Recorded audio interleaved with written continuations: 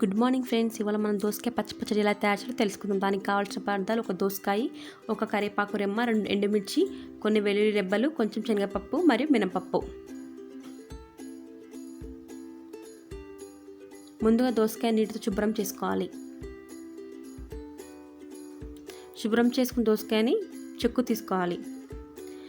చాలామంది చెక్కు తీసుకోకుండా కూరలలో వాడేస్తారు. ఇలా వాడడం వల్ల చాలామంది ఇష్టపడరు.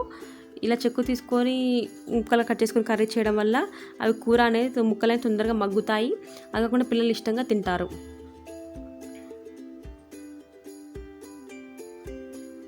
ఇలా చెక్కు తీసుకున్న దోసకాయని చిన్న చిన్న ముక్కలు కట్ చేసుకోవాలి. మనం చేసేది పచ్చడి కాబట్టి చిన్న చిన్న ముక్కలు కట్ చేసుకోవడం వల్ల ముక్కలకు అనేది ఉప్పు కారము మంచిగా పడుతుంది.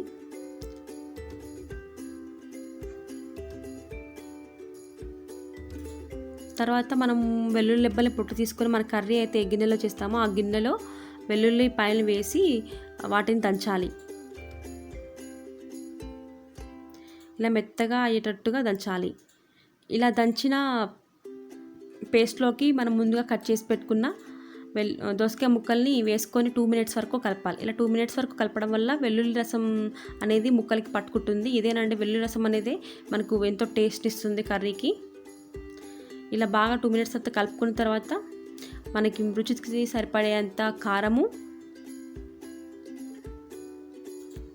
మరియు ఉప్పు ఈ రెండు బాగా మిక్స్ అయ్యేంత వరకు 2 మినిట్స్ వరకు బాగా కలపాలండి.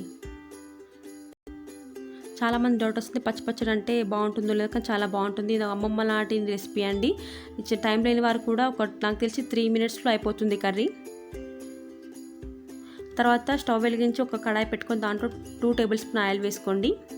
తర్వాత ఎండుమిర్చిని ముక్కలుగా చేసి ఆయిల్లో వేయండి. తర్వాత ఆవాలు వేయండి. తర్వాత జీలకర్ర వేయండి.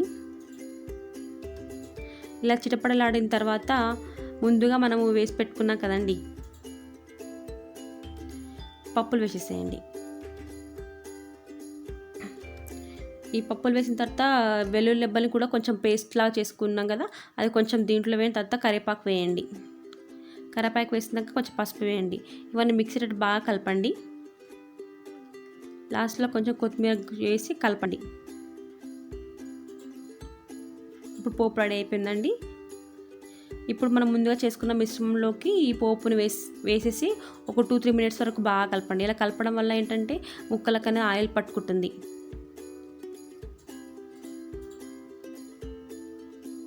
ఇలా బాగా 2-3 మినిట్స్ వరకు కలపండి. ఇది టైం లేని వారు చేసుకోవచ్చండి ఈజీగా. ఒక 3-4 మినిట్స్లో అయిపోతుందండి కర్రీ.